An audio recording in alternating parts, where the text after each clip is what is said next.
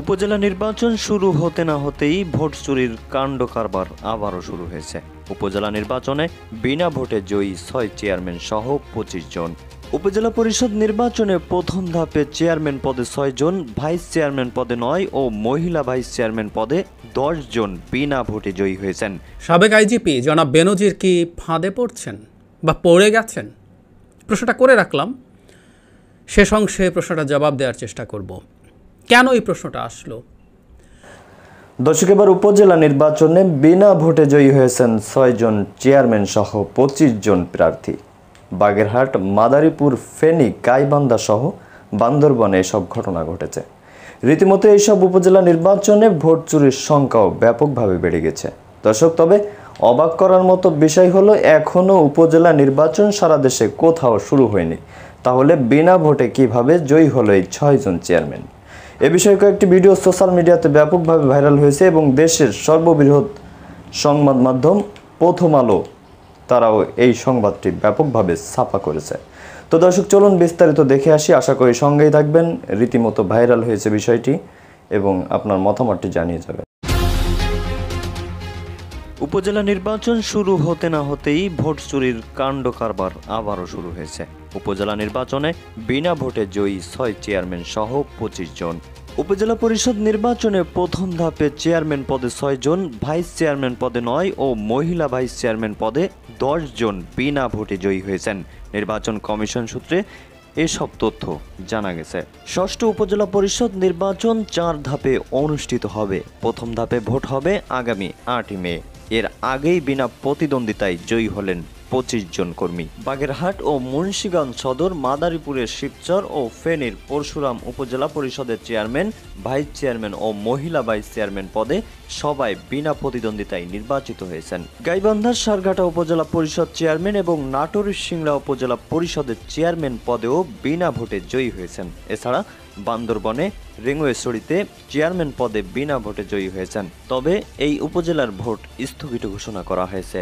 ঠাকুরগাঁয়ের বালিয়াডাঙ্গি উপজেলা পরিষদের vice chairman ও মহিলা ভাইস চেয়ারম্যান এবং চুয়াডাঙ্গার দামুড়হুদা উপজেলা পরিষদ ভাইস চেয়ারম্যান ও মহিলা ভাইস চেয়ারম্যান বিনা প্রতিদ্বন্দ্বিতায় জয়ী হয়েছেন বলে ঘোষণা করেছেন। চট্টগ্রামের সন্দ্বীপে ভাইস চেয়ারম্যান, কক্সবাজার সদরে ভাইস চেয়ারম্যান, রাঙ্গামাটির কাউখালীতে ভাইস চেয়ারম্যান ও পদে বিনা প্রতিদ্বন্দ্বিতায় জয় এসেছে। অন্যদিকে ইউনিয়ন পরিষদের আসন্ন নির্বাচনে অংশ নেওয়ায় আরও একজনকে বিএনপি থেকে বহিষ্কার করা হয়েছে। মঙ্গলবার সর্বশেষ মুন্সিগঞ্জের টঙ্গিবাড়ি উপজেলার আড়িয়াল ইউনিয়নে বিএনপির সাধারণ সম্পাদক মঞ্জুর শেখ ফারুককে বহিষ্কার করা হয়েছে। তিনি আড়িয়াল ইউনিয়ন পরিষদের নির্বাচনে চেয়ারম্যান পদে প্রার্থী হয়েছেন।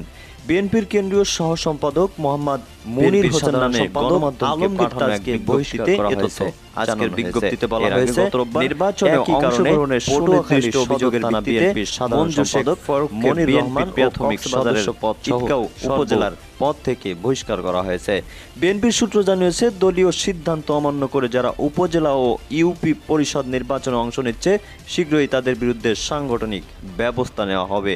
এটিকে উপজেলা নির্বাচনের দলীয় সিদ্ধান্ত উপেক্ষা করে প্রার্থী হওয়া নেতাদের একটি বার্তা বলে মনে করছেন সংশ্লিষ্ট ব্যক্তিরা। নিউজ ডেস্ক, সময় 63। সাবেক আইজিপি জনাব বেনজির কি ফাঁদে পড়ছেন বা পড়ে গেছেন? প্রশ্নটা করে রাখলাম, শেষ অংশে প্রশ্নটা জবাব দেওয়ার চেষ্টা করব। কেন এই প্রশ্নটা আসলো? জনাব বেনজিরের বিরুদ্ধে দুদক অনুসন্ধান করবে বলে সিদ্ধান্ত নিয়েছে। দুদকের পক্ষ থেকে আনুষ্ঠানিকভাবে এই তথ্য জানানো হয়েছে। নানা রকম অজুহাত দেওয়ার চেষ্টা, বিদেশে ছিল, দুদকের সব কমিশনার বসতে পারে নাই, ঈদের ছুটি ছিল, ইত্যাদি ইত্যাদি। তারা এখন বসে সিদ্ধান্ত নিয়েছেন তারা জনাব বেনজিরের বিরুদ্ধে অনুসন্ধান শুরু করবেন। প্রশ্ন হচ্ছে, কেন এই অনুসন্ধানটা করা হচ্ছে বা এই আইওয়াশটাও দেয়া হবে কি না, এটা নিয়ে তীব্র সন্দেহ ছিল। কিন্তু এই আইওয়াশটা দেওয়ার সিদ্ধান্ত তারা নিয়েছেন। কারণ কি? শোরগোল প্রচুর হচ্ছে, আমরা প্রত্যেককে কম বেশি শোরগোল করেছি। কারণ এই ভদ্রলোক মানে ক্ষমতায় পুলিশের অন্য আইজিরাও ছিলেন, গা থেকে হ্যাডমের অরা ঠিকরে বেরোতো খুব কম মানুষ আছে।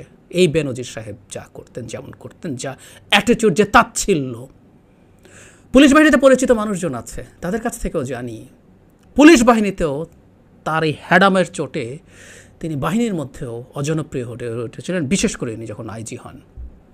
উনি নাকি আবার শুদ্ধাচার পুরস্কার পেয়েছেন, বেশ করে বলেন।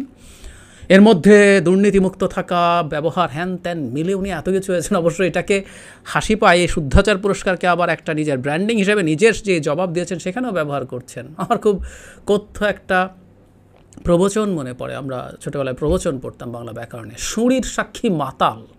মানে এই দেশের একটা ডাকাত সরকার, এই দেশের একটা জবরদখলকারী স্বৈরাচারী সরকার আরেকজনকে বলছে তুমি শুদ্ধাচার করেছো। মানে ব্যাপারটা এইরকম, আপনাকে আমাকে কাউকে যদি শুদ্ধাচার পুরস্কার দেয় এটা গোপন করে রাখতে হবে। এটা বেনজিরের মতো লোকের মাথায় কাজ করে না যে এই সরকার যদি আপনাকে শুদ্ধাচার পুরস্কার দেয় তাহলে বুঝতে হবে আপনি ভয়ঙ্কর খারাপ লোক। একটা বিভৎস নোংরা সরকার যখন কাউকে পুরস্কৃত করে, শুদ্ধাচার পুরস্কার দেয় তার বাহিনীর প্রধান কাউকে, বুঝতে হবে আপনার মধ্যে ভীষণ ভজঘট আছে। উনি আবার ভীষণ সিনা টান টান করে শুদ্ধাচার পুরস্কারের কথা বলেন। আমি একটু সেন্স ইউজ করা দরকার। যাই হোক, এখন শুদ্ধাচার পুরস্কার যদি প্রধানমন্ত্রী দিয়েই থাকেন, আমরা এই প্রশ্ন করতে পারি দুদকের কেন তার বিরুদ্ধে অনুসন্ধান করতে হবে, তাকে সরকার শুদ্ধাচার পুরস্কার দিচ্ছে, উনি সৎ, উনি অসাধারণ বিহেভিয়ার, হ্যান ত্যান ক্রাইটেরিয়া কী কী আছে আসলে খুব জানি না, কিন্তু ওর মধ্যে দুর্নীতি মানুষের সাথে সেবা দেয়া এসব সম্পৃক্ত আছে। তো ওনার বিরুদ্ধে তদন্ত কেন হবে? আসলে তদন্ত আমাদের আপনাদের শোরগোলের জন্য না, ঘটনাচক্রে এক ভদ্রলোকের উপরে ভীষণ চাপ তৈরি হচ্ছিল। কারণ উনি কোথায় ল্যাম্প পোস্ট পড়ে গেছে, কোথায় কচুরি পানা আছে, এগুলো নিয়ে বেশ লাইভ টাইভ করে অনেক কথাবার্তা বলছেন। কোন ডাস্টবিন স্কুলের সামনে আছে তার ভেতরে ঢুকে ওনার লাইভ টাইপ করে দৃষ্টি আকর্ষণ করছেন। সেই ইনফ্লুয়েন্সার নিজে একজন আইনজীবী এবং উনি এখন ডামি সংসদের ডামি এমপিও হয়ে গেছেন। সো একজন এমপি, তার উপরে চাপ তৈরি হচ্ছিল। মজার ব্যাপার, উনি কিন্তু 31 তারিখের পর একদম টু শব্দ করেন নাই, কিন্তু যখন চাপ তৈরি হচ্ছে বহু জায়গায় দেখছি তাকে খুঁজছে লোকজন, কোথায় এখন তিনি। তো উনি গিয়ে হাজির হলেন, দুদকে হাজির হয়ে, যেহেতু উনি হাজিরই হয়ে গেছেন, আমি দেখলাম দুদকের আইনজীবী জনাব খুরশিদ আলম খান একটা প্রোগ্রামে বলছেন, যেহেতু একজন এমপি, ওনাকে খুরশিদ আলম খান এমপি মনে করেন, আমরা মনে টনে করি না, আমরা এই এমপি সংসদ সব কিছুর আগে ডামি বলতে পছন্দ করি। যাই হোক, ওনার দৃষ্টিতে একজন এমপি যখন গেছে নিশ্চয়ই এটাকে আরও অনেক ভালোভাবে কগনিজেন্সে নেওয়া হবে। এবং এই কারণেই আসলে চাপ তৈরি হলো। চাপটা তৈরি হবার কারণে এখন এই সিদ্ধান্ত আসছে। এবং আমি দেখলাম যে হাইকোর্টে একটা রিটও হয়েছে, যেই রিটে হাইকোর্ট বলেছেন 2 মাসের মধ্যে এই ব্যাপারে তদন্তের অগ্রগতি জানাতে হবে।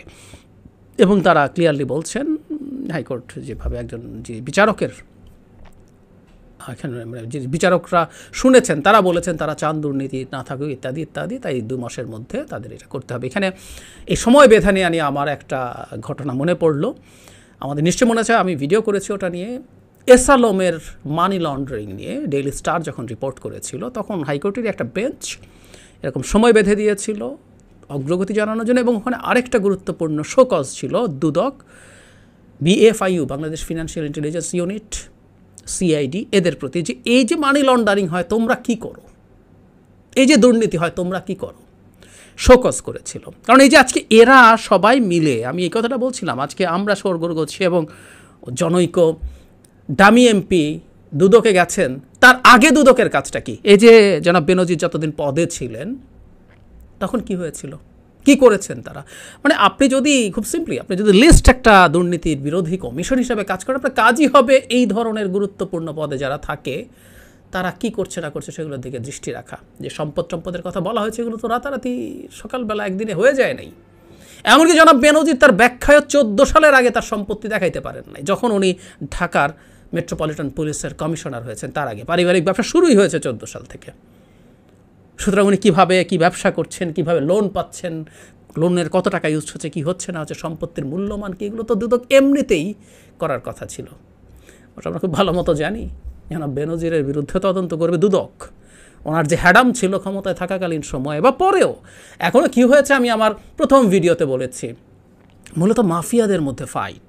উনি একটা মাফিয়া গ্রুপের পার্ট হয়েছেন, যে পত্রিকা তারাও একটা মাফিয়া গ্রুপ। এই সরকারের অধীনে তারা কী কী করেছে আমরা দেখেছি, তো খুব ভালোভাবে দেখেছি।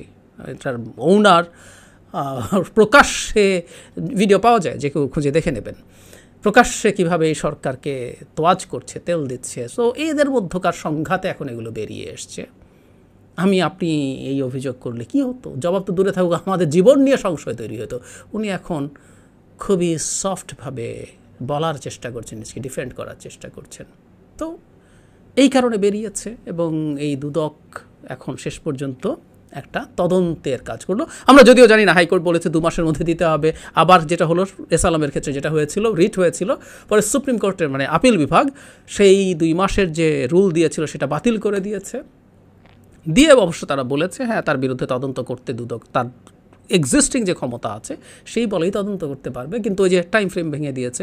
সুতরাং বেনজিরের ক্ষেত্রেও একই ঘটনা ঘটার সম্ভাবনা আছে, রিট হবে। তো দর্শক দেখলেন খুবই গুরুত্বপূর্ণ একটা প্রতিবেদন, জাহিদুল স্যারের মুখ থেকে একটা প্রতিবেদন শুনছিলেন। তেনার কথাগুলো আসলে অনেক বুদ্ধিমত্তার পরিচয় ছিল। তো দর্শক এই বিষয়ে আপনাদের মতামতকে অবশ্যই জানাবেন। শুরুতেই আপনাদের দেখিয়েছি উপজেলা নির্বাচনে 6 জায়গায় কিংবা কয়েক জায়গায় এই 6 জন চেয়ারম্যান তারা জয়ী হয়েছেন। কীভাবে হয়েছেন আপনারা জানেন, বিনা ভোটে। তো দর্শক এই বিষয়ে পরবর্তী আপডেট সবার আগে পেতে আমাদের এই চ্যানেলটি অবশ্যই সাবস্ক্রাইব করবেন এবং পাশে রাখা বেল আইকনটি বাজিয়ে দিবেন। তো দর্শক কথা বাড়াবো না, ভালো থাকুন, সুস্থ থাকুন। আসসালামু আলাইকুম ওয়া রাহমাতুল্লাহি ওয়া বারাকাতুহু।